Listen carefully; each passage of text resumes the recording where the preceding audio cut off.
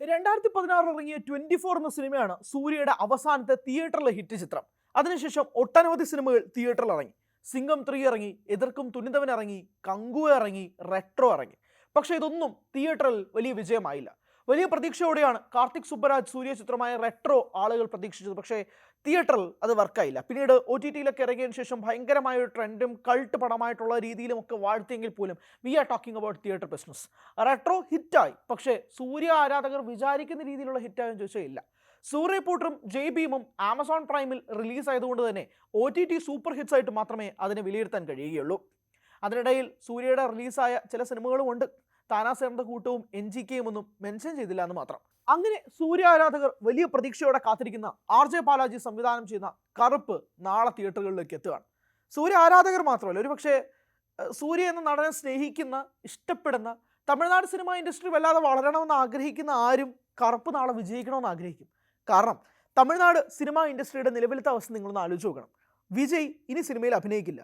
വിജയ് ഇപ്പോൾ മുതലമേച്ചർ CM Joseph വിജയായി മാറിക്കഴിഞ്ഞു. അപ്പോൾ വിജയ് കംപ്ലീറ്റ്ലി സിനിമകളിൽ നിന്നും ക്വിറ്റായി. അങ്ങനെ പറയാൻ പാടില്ലല്ലോ, അജിത്ത് AK അദ്ദേഹം കാർ റേസിംഗുമായിട്ട് മുന്നോട്ട് പൊയ്ക്കൊണ്ടിരിക്കുകയാണ്. ഏതൊക്കെ സിനിമയാണ് ഇനി കമ്മിറ്റ് ചെയ്യാൻ പോകുന്നതെന്ന് ആർക്കും ഒരു പിടിയില്ല. ധനുഷ് ആവട്ടെ ഏതൊക്കെയോ സിനിമകൾ ചെയ്യുന്നുണ്ട്, പക്ഷെ ഒന്നും അങ്ങോട്ട് ഹിറ്റാവുന്നില്ല. തേരെ ഇഷ്കുമേ എന്ന് പറഞ്ഞ ആനന്ദൽ റായുടെ കൂടെ ഹിന്ദി പടം ചെയ്യുന്നു. ഇപ്പോൾ ഏറ്റവും ഒടുവിൽ വിഘ്നേഷ് രാജ പോർത്തൊഴിൽ ചെയ്ത് വിഘ്നേഷ് രാജയെ കൊണ്ടുവന്ന് കറ എന്ന് പറയുന്ന സിനിമ ചെയ്ത് അത് പൊട്ടി. ഇഡലിക്കട സ്വന്തമായി സംവിധാനം ചെയ്ത് അത് പൊട്ടി. അങ്ങനെ ധനുഷ് എന്തൊക്കെയോ ആണ് ചെയ്തുകൊണ്ടിരിക്കുന്നത്. ശിവകാർത്തികൻ ഒരു ചെറിയ പ്രതീക്ഷയുണ്ട്, പക്ഷേ ശിവകാർത്തികൻ പടങ്ങളൊന്നും ഹിറ്റാവുന്നില്ല. മദ്രാസിയും പരാശക്തിയും ഒക്കെ തന്നെ തിയേറ്ററുകളിൽ വലിയ വിജയമായില്ല എന്നതും കണ്ടില്ല എന്ന് നടിക്കരുത്. പിന്നെ പറയാനുള്ളത് ജയം രവി അല്ല, രവി മോഹൻ ഇപ്പോൾ പുള്ളി തന്നെ സംവിധാനം ചെയ്ത്, പുള്ളി തന്നെ നായകനായി, പുള്ളി തന്നെ പ്രൊഡക്ഷൻ ചെയ്ത് എന്തൊക്കെയോ ചെയ്യുന്നുണ്ട്. പക്ഷേ ഒന്നും കാണുന്നുമില്ല. ബ്രദറാണ് അവസാനം ഇറങ്ങിയത്, അത് പൊട്ടി. ജീനിയിൽ എന്തൊക്കെയോ പ്രതീക്ഷയുണ്ട്, അത് വന്ന്.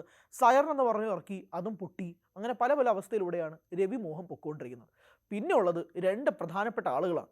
ഒന്ന് രജനീകാന്ത്, മറ്റൊന്ന് കമൽഹാസൻ. രജനീകാന്തിൽ പ്രതീക്ഷ ജയിലർ 2 ആണ്. നെൽസണെ തപ്പു പണ്ണാതട എന്ന് പറഞ്ഞ് പ്രതീക്ഷയോടെ ആരാധകർ കാത്തിരിക്കുന്നത്. കമൽഹാസനാവട്ടെ കോവിഡ് സമയത്ത് വിക്രമൊക്കെ തന്ന് ഭയങ്കരമായിട്ട് ഉണർത്തിയെങ്കിൽ 2 പടം ഇത് അടുപ്പിച്ചടുപ്പിച്ച് പൊട്ടിച്ച് കയ്യിൽ തന്നു. Thug life, Indian 2. അതുകൊണ്ട് അതിലും വലിയ പ്രതീക്ഷയൊന്നുമില്ല. അങ്ങനെ തമിഴ്നാട് സിനിമാ മേഖല ഒട്ടാകെ ഒരു വലിയ പ്രതിസന്ധിയിലാണ് പൊയ്ക്കൊണ്ടിരിക്കുന്നത്, പറയാതിരിക്കാൻ കഴിയില്ല. അവിടെയാണ് സൂര്യയുടെ കറുപ്പിന് മേൽ വലിയ പ്രതീക്ഷ വെക്കുന്നത്. ഇനി സീരിയസ് ബിസിനസ്. RJ ബാലാജി എന്ന സംവിധായകൻ, മുക്കുത്തി അമ്മൻ, LKG ഈ 2 സിനിമകൾ സംവിധാനം ചെയ്ത വ്യക്തിയാണ് RJ ബാലാജി. RJ ബാലാജിക്ക് ആളുകളുടെ പൾസ് അറിയാം. അദ്ദേഹം ഒരു കമൻറ്റേറ്ററാണ്. ഇപ്പോൾ IPL ഉൾപ്പെടെ ക്രിക്കറ്റ് കമൻറ്റേറ്ററുമായിട്ട് അദ്ദേഹം പോകുന്നുണ്ട്. ഇപ്പോൾ ഏറ്റവും ഒടുവിൽ ചെപ്പോക്കിൽ ഉൾപ്പെടെ സൂര്യയും RJ ബാലാജിയും സായി അഭ്യങ്കറും കൂടി പ്രൊമോഷൻ്റെ പരിപാടിയായിട്ട് ചെപ്പോക്കിൽ പോയിട്ട് അവരുടെ സിനിമ പ്രൊമോട്ട് വരെ ചെയ്തു. അപ്പം RJ ബാലാജിക്ക് പൾസ് അറിയാവുന്നത് കൊണ്ട് തന്നെ അദ്ദേഹത്തിൻ്റെ പ്രൊമോഷൻ സ്ട്രാറ്റജീസ് ഗംഭീരമായിട്ട് വർക്ക് ചെയ്തിരുന്നു. പ്രത്യേകിച്ച് പാട്ടുകൾ റിലീസ് ചെയ്യുന്നത്, എക്സ്റ്റൻഡ് വേർഷൻസ് റിലീസ് ചെയ്തത്, ടീസർ, ട്രെയിലർ എല്ലാം അത് കൃത്യമായ രീതിയിൽ ക്ലോക്ക് ചെയ്തുകൊണ്ട് തന്നെയാണ് പോയത്. കറുപ്പ് എന്ന് റിലീസ് ചെയ്യേണ്ടിയിരുന്നത് എത്രയോ നാളുകൾക്ക് മുമ്പ് റിലീസ് ചെയ്യേണ്ടി, ദീപാവലിക്ക് റിലീസ് ചെയ്യേണ്ടിയിരുന്നായിരുന്നു. അത് കഴിഞ്ഞ് പൊങ്കലിൽ എത്തേണ്ടായിരുന്നു. പൊങ്കലിൽ ജനനായകൻ വരുമെന്നത് കൊണ്ട് മാത്രം കറുപ്പ് മാറ്റി വെച്ചു. എന്നിട്ട് ജനനായകനും വന്നില്ല, കറുപ്പും വന്നില്ല. അവസാനം കറുപ്പ് മെയ് 14, അതായത് നാളെ റിലീസ് ചെയ്യാൻ വേണ്ടിയിട്ട് എത്തുകയാണ്. ഒരുപാട് പ്രതീക്ഷ ഈ സിനിമയ്ക്ക് മേലുണ്ട് എന്ന് പറയാൻ കഴിയില്ല. ട്രെയിലർ കുറച്ച് പേർക്ക് സാറ്റിസ്ഫൈ ചെയ്തില്ല. Teaser was A completely Surya mashup എന്ന രീതിയിൽ തന്നെ പറയാം. പക്ഷേ ചില മലയാളി സാന്നിധ്യങ്ങൾ ഉണ്ട്. ഇന്ദ്രൻസ് ഈ സിനിമയിൽ അഭിനയിക്കുന്നുണ്ട്. ഇന്ദ്രൻസിൻ്റെ കഥാപാത്രത്തെ പറ്റി ഗംഭീരമായി സംസാരിക്കുന്നുണ്ടായിരുന്നു RJ ബാലാജിയും സൂര്യയും. സ്വാസികയുണ്ട്, അനഘ എന്ന് പറയുന്ന വ്യക്തിയുണ്ട്, അജു വർഗീസ് ഒരു ക്യാമിയോ വേഷത്തിലുണ്ടെന്ന് സംവിധായകനായ RJ ബാലാജി എന്നെ വെളിപ്പെടുത്തി. അത് കഴിഞ്ഞ ദിവസമാണ് അത് വെളിപ്പെടുത്തണ്ടായിരുന്നു, തിയേറ്ററിൽ പോയി അറിഞ്ഞാൽ മതിയായിരുന്നു. പിന്നെ സായ് അഭ്യങ്കറിന് മ്യൂസിക്.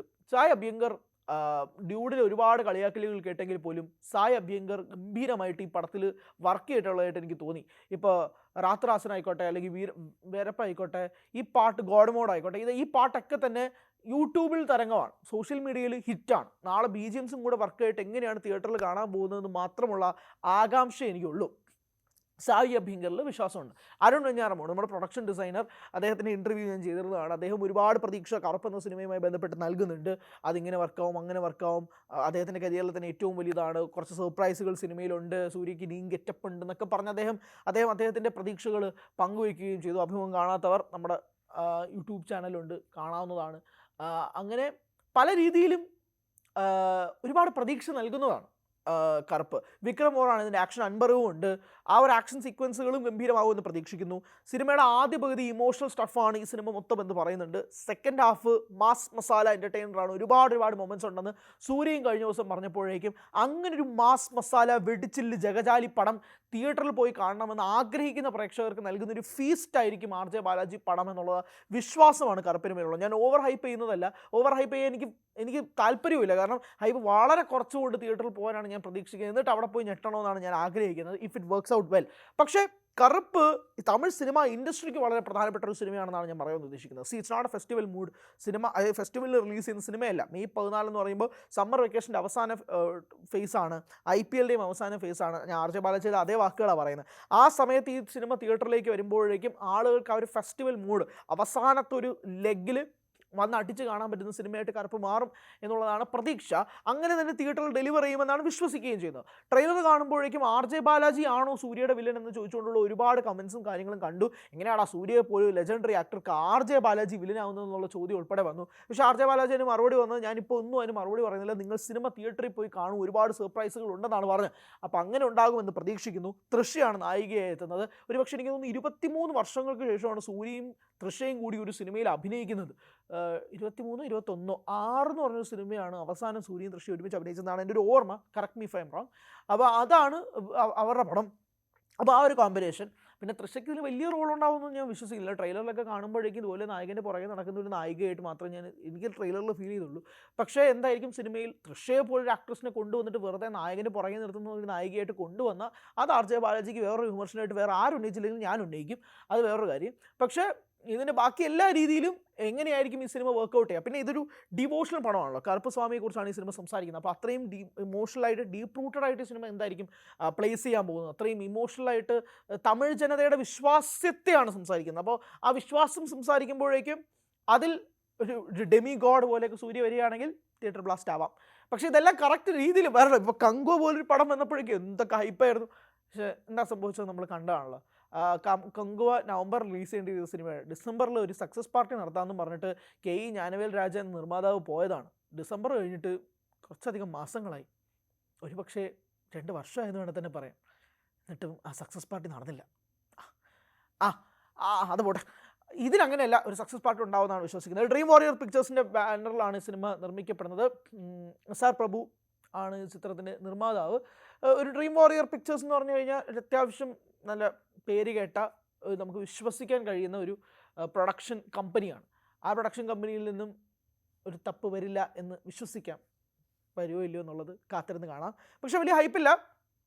പറഞ്ഞ പോലെ തന്നെ മലയാളി സാന്നിധ്യങ്ങളുണ്ട്, അതൊരു ചെറിയ ഒരു പ്ലസ് പോയിൻ്റാണ്. പിന്നെ വീണ്ടും ആവർത്തിക്കുന്നത്, ഇത് തമിഴ് സിനിമാ മേഖലയ്ക്ക് വലിയ ഉണർവ് നൽകേണ്ട ഒരു സിനിമയാണ് കറുപ്പ്. തമിഴ് സിനിമ കുറച്ചങ്ങോട്ട് ഒന്ന് വലിഞ്ഞു നിൽക്കുകയാണ് ഈ സമയത്ത്. ഞാൻ പറഞ്ഞ കര ഉൾപ്പെടെയുള്ള സിനിമകളൊക്കെ തിയേറ്ററിൽ വർക്കായില്ല. അത് പടം പരാജയത്തിലേക്കാണ് നീങ്ങിയത്. ധനുഷ് പടം ഒരു പക്ഷേ ഒരു ഓളം ഉണ്ടാക്കുമെന്ന് കരുതി, പക്ഷേ അതേപോലെ ഒരു ഡിപ്പാണ് ഉണ്ടായത്.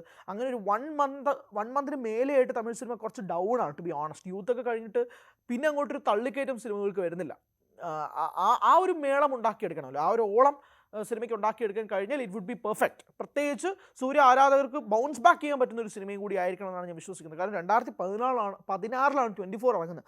അത് കഴിഞ്ഞിട്ട് കാപ്പാൻ വന്നു, താനാസേറിൻ്റെ കൂട്ടം വന്നു, NGK വന്നു, എതിർക്കും തുന്നവൻ വന്നു, ബേറ്റോഡിൽ കങ്കോ വന്നു, റെട്രോ വന്നു. ഇതൊക്കെ തിയേറ്റർ റിലീസ് ചെയ്ത സിനിമകളാണ് കേട്ടോ ഞാൻ പറയുന്നത്. ഈ 6 സിനിമകളൊക്കെ വന്നിട്ട് പോലും ഇതൊന്നും പ്രേക്ഷകരെ സാറ്റിസ്ഫൈ ചെയ്യാൻ കഴിഞ്ഞില്ല. റെട്രോ തൽക്കാലം ഒന്ന് മാറ്റി വയ്ക്കും. ബാക്കി സിനിമകളൊക്കെ തന്നെ പ്രേക്ഷകരെ സാറ്റിസ്ഫൈ ചെയ്യാൻ കഴിഞ്ഞില്ല എന്നുള്ളത് വസ്തുതയാണ്. OTTയിൽ ഇറങ്ങിയ 2 സിനിമകളാണ് സൂര്യയ്ക്ക് കുറച്ചെങ്കിലും ആശ്വാസം നൽകുന്ന സിനിമ. പക്ഷേ അത് തിയേറ്ററിലേക്ക് ആഘോഷപൂർവ്വം ഒരു മാസ് മസാല സൂര്യ പടം കാണാൻ ഒരുപാട് വർഷമായിട്ട് വെയിറ്റ് ചെയ്യുന്ന ആരാധകർക്ക് ഒരു പെർഫെക്റ്റ് ഫീസ്റ്റ് ആയിരിക്കും ആർ ജെ ബാലാജി ഒരുക്കുന്നതെന്ന വിശ്വാസത്തോടു കൂടി കറുപ്പിന് നാളെ FTFS ഒക്കെ ബുക്ക് ചെയ്തിട്ടുണ്ട്. എന്താകുമെന്ന് കാത്തിരുന്ന് കാണാം. കൂടുതൽ വാർത്തകൾക്ക് News 18 Keralam YouTube channel subscribe ചെയ്യുക.